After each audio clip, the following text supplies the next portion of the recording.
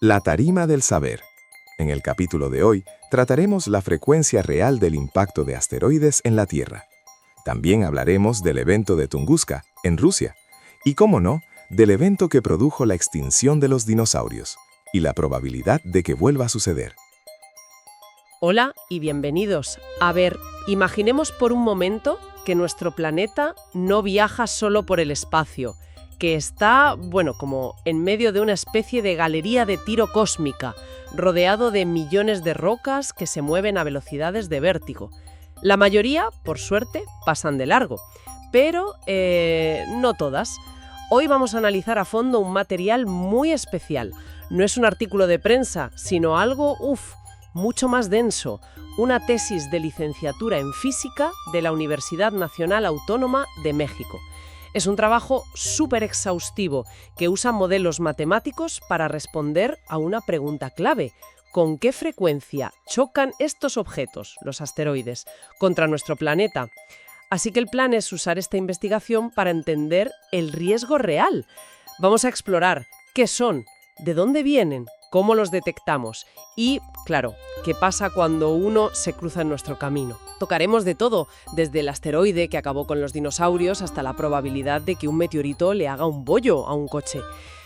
Para empezar, ¿de qué hablamos exactamente cuando decimos asteroide? ¿Son todos iguales? Pues esa es la pregunta fundamental. En esencia, un asteroide es un cuerpo rocoso o metálico, sin atmósfera, que orbita alrededor del Sol. La inmensa mayoría viven en el llamado cinturón principal, que está entre Marte y Júpiter. Y es importante aclarar su origen. Claro. Durante mucho tiempo se pensó que eran los restos de un planeta que había explotado, pero esa idea, está ya descartada. La teoría que respalda la tesis, y la más aceptada, es que son material sobrante de la formación del sistema solar, como los ladrillos que sobran al terminar de construir una casa. O sea que son fósiles de hace 4.500 millones de años. Y la mayoría están en ese cinturón, digamos controlados. Pero has dicho la mayoría. ¿Dónde está el resto? Pues hay dos grandes reservorios mucho más lejanos. El cinturón de Kuiper, más allá de Neptuno, donde viven objetos helados como Plutón. Ajá. Y la nube de Oort, que es una esfera gigantesca que envuelve todo el sistema solar, increíblemente lejos. El problema es que, de vez en cuando, una perturbación gravitacional, el empujón de un planeta gigante, el paso cercano de otra estrella, puede desestabilizar la órbita de uno de estos cuerpos. Y lo manda hacia aquí. Y lo envía en un larguísimo viaje hacia el interior del sistema. Exacto. Entiendo. Así que la mayoría están en su sitio, pero a veces algo los empuja hacia nosotros. En la tesis se habla de los asteroides cruzadores de la órbita de la Tierra, o ECAS. El nombre ya suena bastante amenazador. ¿Qué los hace tan diferentes? Hay un diagrama en el estudio que parece un plato de espaguetis. Es un caos de líneas que se cruzan. Ese diagrama es la imagen perfecta. Un ECA es un asteroide cuya órbita ha sido alterada y ahora se cruza con la de la Tierra. Ya no están en una trayectoria estable y predecible en el cinturón principal. Ahora están en lo que podríamos llamar una autopista cósmica sin carriles ni semáforos. Vaya imagen. La tesis los clasifica en varios grupos: Apolo, Atón, Amor. Pero no hay que quedarse con los nombres. Lo importante es el concepto. Algunos tienen órbitas más grandes que la nuestra y la cruzan cuando se acercan al Sol. Otras las tienen más pequeñas y la cruzan al alejarse. El resultado final es el mismo, que sus caminos y el nuestro se intersectan. Eso es. Eso suena aterrador, como vivir al lado de una autopista sin saber cuántos coches la usan ni a qué velocidad van. Me imagino que el primer paso para no preocuparse es precisamente empezar a contarlos. ¿Cómo empezó esa tarea? ¿Siempre hemos sabido que estaban ahí? ¿Qué va? En absoluto. Y la historia es fascinante. En el siglo XVIII, dos astrónomos, Titius y Bode, popularizaron una fórmula matemática muy curiosa. Predecía con una precisión asombrosa las distancias de los planetas al Sol, pero dejaba un hueco enorme entre Marte y Júpiter. Según la fórmula, ahí tenía que haber un planeta. O sea que empezó como una especie de búsqueda del tesoro astronómica, buscando un planeta fantasma. Exacto. Se organizó un grupo de astrónomos por toda Europa, una especie de policía celeste, para encontrar ese planeta perdido. Y en 1801, el astrónomo italiano Giuseppe Piazzi encontró algo justo donde la ley predecía: Ceres. Y pensaron que ya estaba. Se dieron cuenta de que era demasiado pequeño. Luego encontraron otro y otro. Y se dieron cuenta de que no había un planeta, sino miles de cuerpos menores. Habían descubierto el cinturón de asteroides. ¡Qué curioso! Empezamos a buscarlos por una corazonada matemática, casi por un error. ¿Y cómo hemos pasado de eso a los sistemas de detección de ahora? El salto ha sido gigantesco. La tesis detalla cómo esa búsqueda tan romántica ha evolucionado hasta convertirse en un sistema de defensa planetaria en toda regla. Claro, ya no es romántico. Para nada. Pasamos de astrónomos mirando por un telescopio a usar placas fotográficas y finalmente a los programas modernos, sistemáticos y automatizados. Proyectos como Spacewatch y sobre todo Spaceward, un programa impulsado por la NASA con un objetivo muy claro. ¿Cuál? Encontrar y catalogar al menos el 90% de los objetos cercanos a la Tierra de más de 1 kilómetro de diámetro. ¿Y por qué ese tamaño? ¿1 kilómetro? Porque ese es el umbral que los científicos estiman para una catástrofe a escala global. Entiendo. Un impacto de un objeto de ese tamaño o mayor podría alterar el clima del planeta. ¿Y amenazar la civilización? Exacto, y amenazar la civilización. El objetivo era mapear a los grandes. Y supongo que esos programas dispararon el número de descubrimientos, ¿no? De forma exponencial. Los gráficos de la tesis son espectaculares. Hasta finales de los años 90 conocíamos unos pocos cientos de estos objetos. Poco, sí. Para 2013, cuando se publicó este trabajo, la cifra se acercaba a los 10.000. Y es crucial entender esto. No es que de repente haya más asteroides. Claro. Es que por fin estamos encendiendo las luces en esa galería de tiro y viendo lo que siempre ha estado ahí. Vale, ya tenemos el mapa de la galería de tiro. La pregunta del millón es, ¿qué pasa cuando una de esas balas viene directa hacia nosotros? Empecemos por lo pequeño. ¿Debemos preocuparnos por lo que cae a diario? No, en absoluto. La tesis señala que cada año caen a la Tierra miles de meteoritos pequeños, del tamaño de una piedra, sin causar ningún daño. Y aproximadamente una vez al año, un objeto de hasta 10 metros de diámetro entra en la atmósfera. La mayoría de la gente nunca ve uno, pero cuando ocurre es espectacular. Se desintegran por completo, creando lo que llamamos bólidos o bolas de fuego. Entonces, la atmósfera nos protege. Es nuestro mejor escudo. La palabra clave aquí es fragmentación. Cuando un asteroide entra a decenas de miles de kilómetros por hora, la presión del aire que tiene delante es tan brutal. Y lo comprime hasta hacerlo estallar. Esto ocurre sobre todo con los asteroides rocosos, que son los más comunes. Explotan en el aire. ¿Y si no son rocosos? Esa es buena pregunta.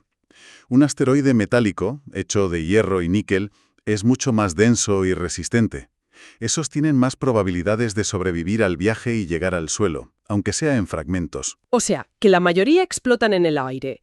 Pero explotar suena bastante violento. ¿Qué poder tiene una de esas explosiones atmosféricas? ¿Tenemos algún ejemplo real? El mejor ejemplo, y uno que la tesis analiza en detalle, es el evento de Tunguska. En Siberia, ¿verdad? Sí, en una remota región de Siberia en 1908. Un objeto de unos 60 metros de diámetro, no muy grande, como un edificio de 20 plantas, explotó a unos 8 kilómetros de altura. La energía liberada fue de entre 12 y 15 megatones. Eso es como... El equivalente a una bomba de hidrógeno muy potente. ¿Y qué provocó? Una devastación absoluta. La onda expansiva arrasó más de 2.000 kilómetros cuadrados de bosque, aplanando unos 80 millones de árboles en un patrón radial. Brutal. Testigos a cientos de kilómetros de distancia fueron derribados por la onda de choque.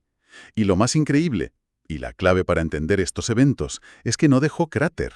Nada. Nada. Toda esa destrucción provino de la energía liberada en la atmósfera. Increíble. Sin tocar el suelo, solo con la onda expansiva. Eso da una idea de la energía que traen. Y eso era uno pequeño, de 60 metros. ¿Qué nos dice la tesis sobre el gordo, el que se asocia con la extinción de los dinosaurios? Ahí hablamos de una escala completamente diferente. El impacto de Chicxulub, hace 65 millones de años, fue causado por un objeto de entre 10 y 15 kilómetros de diámetro. La tesis explica las pruebas clave que lo demuestran. La primera es una fina capa de arcilla que se encuentra en los estratos geológicos de todo el mundo, justo en la frontera entre el Cretácico y el Terciario. Vale. Esa arcilla tiene concentraciones anormalmente altas de iridio. Un metal muy raro en la corteza terrestre, pero común en los asteroides. Exacto. Es como la firma química del aseseno. Vale, esa es la firma. Pero, ¿hay algo más? ¿Una prueba física irrefutable del impacto? Sí, la pistola humeante geológica, como la llaman algunos. Se trata del cuarzo chocado. Cuarzo chocado. Sí, es un mineral de cuarzo normal, pero si lo miras al microscopio, su estructura cristalina interna está deformada por unas presiones y temperaturas extremas. En la naturaleza solo hay dos cosas que pueden hacerle eso al cuarzo: el impacto de un gran asteroide o una explosión nuclear. Y este mineral se encuentra en esa misma capa de iridio por todo el planeta. Espera un momento, esto es alucinante. ¿Y el cráter? ¿Se encontró? Sí, y aquí es donde la historia se conecta con México. Durante décadas no se encontró un cráter del tamaño adecuado. Finalmente, en los años 90 se confirmó. Una enorme estructura geológica enterrada bajo kilómetros de sedimentos, centrada en el pueblo de Chicxulub, en la península de Yucatán. Era el cráter. Madre mía. ¿Y qué tamaño tiene? Tiene un diámetro de entre 180 y 300 kilómetros. Pero lo realmente espectacular es que su huella es visible hoy en día en la superficie. El borde exterior de ese cráter está marcado por un anhilo casi perfecto de cenotes. Me estás diciendo que si hoy viajo a Yucatán y nado en uno de esos famosos cenotes, estoy, en cierto modo, nadando en la cicatriz que dejó el asteroide que mató a los dinosaurios? Exactamente, Que la geografía actual está literalmente moldeada por ese evento. exactamente. No es una metáfora, es la consecuencia geológica directa. El impacto fracturó la roca caliza del subsuelo en un patrón anular. Esas fracturas, durante 65 millones de años, han canalizado el flujo del agua subterránea, disolviendo la roca y creando esa cadena de sumideros, los cenotes. ¡Qué pasada! Es una de las huellas de un impacto más espectaculares y duraderas de nuestro planeta. Uf, me he quedado pensando en lo de los cenotes. Es una conexión increíble con el pasado profundo. Pero volvamos al presente. Con todo este conocimiento sobre los cráteres y el número de asteroides, ¿podemos calcular el riesgo real? ¿Con qué frecuencia podemos esperar que pasen estas cosas? Supongo que la tesis se mete a fondo en esos números. Sí, esa es la parte central del trabajo, construir un modelo de probabilidad. Y las cifras que arroja son muy reveladoras. Un evento como el de Tunguska, causado por un objeto de unos 60 metros, ocurre en promedio cada 200 a 450 años. O sea, raro en una vida humana, pero bastante frecuente en la escala de la historia. Eso es.